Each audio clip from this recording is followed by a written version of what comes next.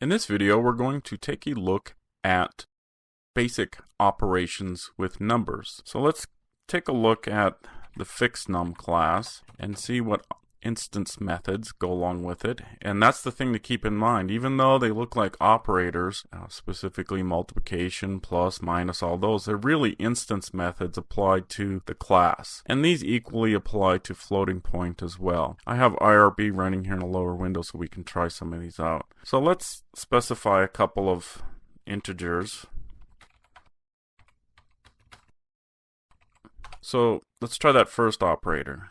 This is the modulus operator. So if we go I2 modulus I1, we're going to get 34. And really what's going on with the modulus operator is it's the remainder. It gives you the remainder of dividing out the two numbers. Now, what happens a lot of times where you have to use a modulus operator, you're really seeing if it's divides into a number evenly, so you're going to be looking for a 0 as a result of this. A lot of times when you actually want a result coming out of here, you also want the division result as well. And what's really cool is Ruby has this built-in method called divmod, which does both division and modulus in one operation. So if we do divmod and then I1 in here, it's going to give us back an array with the division result and the modulus result. And that's really cool. And that's the nice thing about Ruby, is to be able to have a method or a function, if you will, that returns multiple values. I mean, it's returning one value, essentially, this array structure, but it's giving you two values in here. And what's really cool, if we can go like this, we can say d comma remainder equal. Actually, let me do this. It's a little bit quicker. And now I can say d, and I can say remainder equals 34. So that's a really slick way to get information out of a math operation. So some of these other operators, some of them are Boolean type operators. So you have 100 and 434, you get 32, and really what it's doing is a mask there. And if I do some binary, let's look at that. And it gives us 8 back, which is just the one that's screened out. If I go to that, it's going to give us the 9 back. And we could force that if we went back into a binary representation. But that's an AND, so you're ANDing two values together. This operator is multiplication. This is the exponentiation operator. So if we go 100 to the 4th,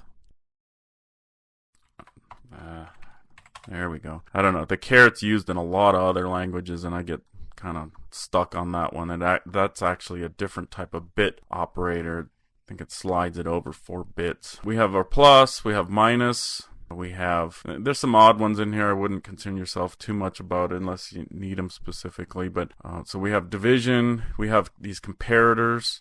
So you can get, if we put I2 less than I1, it's going to give us a Boolean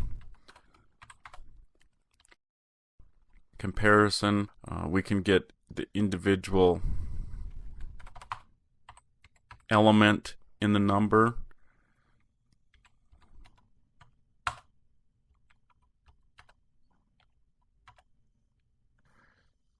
So it's interesting what you can do there. You get absolute value. You can have, like we saw, this div mod and the div. Modulo is just the same as, this operator here. Raising to a power is the same as exponentiation. Quotient is just the other part of the div mod. And we can get the size of it. We can make it change into a floating point, to a string, to a symbol. We can check if it's 0 or not.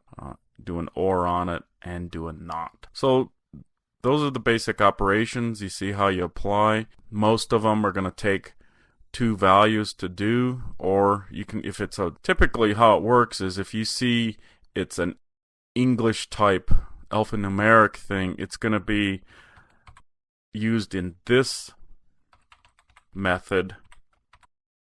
Whereas when it's an operator like this, you'll be interspersing it in between two quantities like that. Now, one thing I've never tried, and just curious, See if that works. That's interesting. So you can see that essentially this is kind of like been aliased into this kind of thing. So it's still a method call. And I guess the way to think about it is that this method is being applied with this as the argument coming into it.